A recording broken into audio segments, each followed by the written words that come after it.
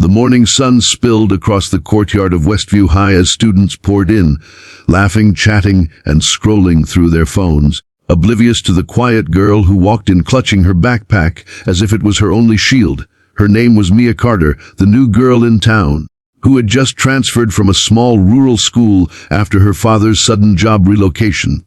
She wasn't the kind to seek attention. Her head stayed low, her voice barely rose above a whisper, and her eyes hid behind the rim of her glasses.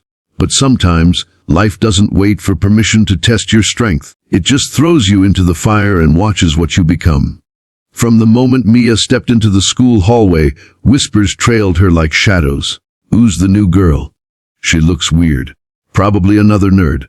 The comments stung, but Mia had endured worse. Her past was built on endurance, years of being underestimated, overlooked, and treated like she didn't matter. But what no one knew was that beneath that quiet demeanor lived a fire that had been waiting for its moment.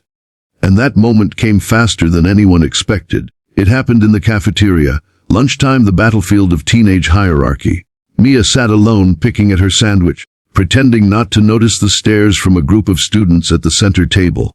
They were the self-proclaimed royals of Westview: Samantha Reed, the cheer captain with a cruel smile sharper than a blade; Chloe, her follower who laughed before Sam even finished a joke; and Troy, the basketball captain who thought every smirk he gave was a blessing to the world.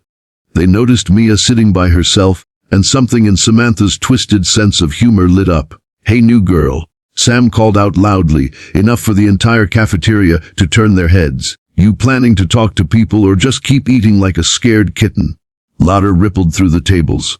Mia froze, every eye on her. She managed a soft, polite smile and whispered, "I'm fine, thank you." But that only made it worse. Sam stood up, strutting toward her with a tray in hand, her sneakers tapping against the tiled floor like a countdown to disaster. "Fine, that's all you can say?" she mocked, leaning down. "You think you're too good to talk to us?" The silence in the cafeteria was deafening. Then, without warning, Sam's hand shot out, a sharp smack across Maya's face that echoed like thunder. Gasps filled the air. Someone dropped their drink. Maya's glasses fell to the floor, clattering near her shoes. For a moment, everything stopped. Sam smiled smugly, thinking she just cemented her dominance. But what happened next silenced the entire school. Mia slowly rose to her feet. Her eyes, once timid and soft, were now burning with something that made even Sam step back. "You shouldn't have done that," Mia said quietly, her voice trembling but controlled like a storm building strength. Sam scoffed, "Or what?" The next second, Maya's hand flew faster than anyone could process. A clean, fierce strike that sent Sam stumbling backward, crashing into the table behind her. Food splattering everywhere, the cafeteria erupted in chaos. Chloe gasped, Troy's jaw dropped, and students pulled out their phones to record. Mia stood there, breathing hard, her hands still tingling. She hadn't planned it. Her instincts had taken over. Years of martial arts lessons from her late uncle, a retired self-defense trainer, had wired her body to react when threatened. But it wasn't just defense anymore, it was justice. Sam tried to recover, anger flashing across her face as she lunged toward Mia again, but Mia sidestepped and grabbed her wrist, twisting it in one clean motion. Sam yelped in pain, her arrogance crumbling as the crowd gasped. "Don't ever touch me again," Maya said firmly, releasing her grip.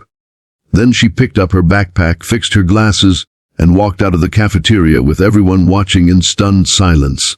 By the end of the day, the video of the cafeteria incident had gone viral across the school's social media groups.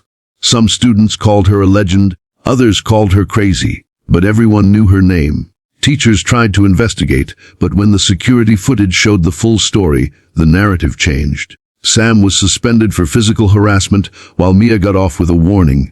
But it wasn't about punishment for Mia. It was about the shift in power. The same students who had mocked her that morning now moved aside when she walked down the hall. People whispered, "That's her? The girl who slapped back." For the first time, Mia didn't feel invisible.